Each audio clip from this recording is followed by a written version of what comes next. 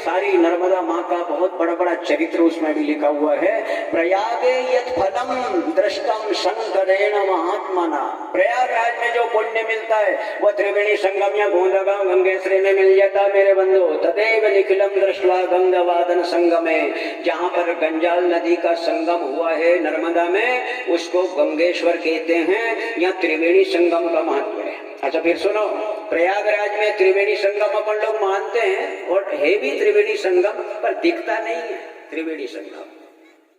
प्रयागराज गंगा और जमुना दो ही का संगम मिलता है। सरस्वती गुप्त है, ये सरस्वती गुप्त है। सरस्वती हरियाणा से निकली है, कुरुक्षेत्र से।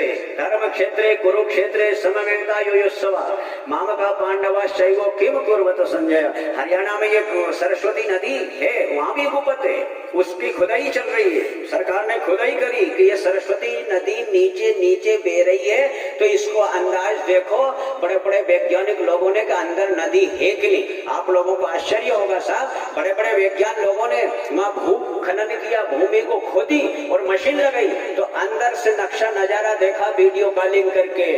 आदमी कितना अच्छा है, बाहर से अंदर क्या है अपने को दिखता नहीं, लेकिन डॉक्टर के पास में जाएं और सीटी स्कैन कराएं। सुनते जाना मेरी बात को। जब ये आदमी का डॉक्टर के पास जाकर है और ये शरीर को वो मशीन पे रख देते हैं, तो जिस आदमी का ऑपरेशन हो रहा है वही आदमी को पूरी चीज उसके शरीर की दिखती है। कि देख तेरा पेट ऐसा चीरा जा रहा है, तेरा पाँव ऐसा चीरा जा रहा है, उसको सारा का सारा नजारा दिख जाता है ना।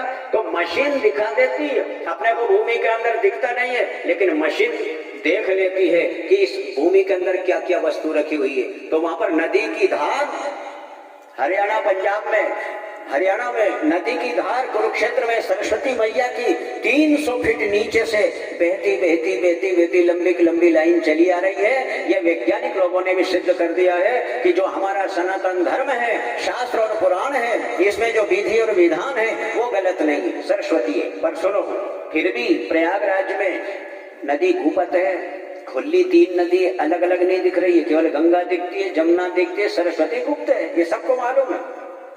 फिर भी वो त्रिवेणी संगम में। परंतु गोंदागांव गंगेश्वरी आओ, चलो गोंदागांव गंगेश्वरी कितने लोगों ने देखा? ऊंचा हाथ करो जरा, आनंद तो आएगा। कम से कम अपन समझेंगे सही कि गोंदागांव गंगेश्वरी। क्यों मृदंग में हाथ रह गए क्या? ऊपर हाथ, बहुत अच्छी बात है। हाँ, मृदंग में हाथ रह गए सब। ये गोंदागांव पास में ही है, देख नहीं पाए। देखो एक बार, और स्वयं मोटरसाइकिल चला ले तो आप तो कभी जब मूड में जाए, जब पेट्रोल डाला गोंदागांव निकल जाए, किसी की जरूरत भी नहीं, किसी का आधार पर नहीं। जो व्यक्ति स्वयं स्वतंत्र है वो स्वयं जा सकता है, कोई दूर नहीं है, ये अपने क्षेत्र के तीर्थ है साहब। इसलिए मैं विशेष रुक करके, क्योंकि अपने क्षेत्र की कथा अगर नहीं होगी तो फिर क्या कथा होगी? कथा खूब हो जाए, लेकिन जब तक बाहर की कथा खूब हो जाए, जब तक आध्यात्मिक ज्ञान नहीं हो, इंटीरियर लाइफ जिसे कहते हैं, अंतर्मुखी जीवन, कितने लोग सुन रहे हैं कथा को, जरा ध्यान देना। अंतर्मुखी जीवन जिसको कहते हैं, ये अंदर परमात्मा है, इसको आध्यात्मिक ज्ञान कहते हैं। ये आध्यात्मिक ज्ञान की जब तक कथा नहीं होती है तब तक बाहर की कथा समझ में नहीं आती है। इसलिए बाहर की कथा को अंदर ले जाओ और अंदर की कथा को बाहर निकालो, तब जाकर के आदमी को समझ पड़ेगी।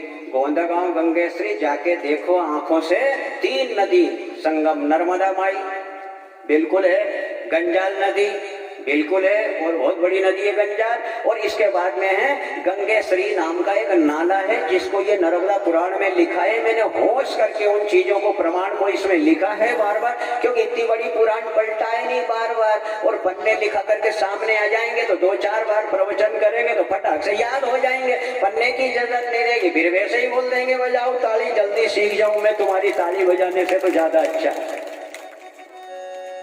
इसलिए यहाँ त्रिवेणी संगम आप जाकर के देखो, नाले का नाम है गंगेश्वरी और एक नदी का नाम है गंजाल, और इसलिए गंजाल भेद तीर्थ के नाम से जाना जाता है। यह गंजाल नर्मदा पुराण में लिखी हुई है, बहुत पुराना नाम है और बहुत पुरानी है नदियां है। यहाँ गंजालेश्वर महादेव है, यहाँ साक्षात त्रिवेणी संगम का महत्व है, यहाँ से झारी भरी जाती है। और मैं तो आपसे एक निवेदन और करना चाहता हूँ कि हो सके कभी योग से गंगोज नदी का जा कथा सुनना पूरी। गंगभोज, गंगा माई की झारी आपने ले आए हो।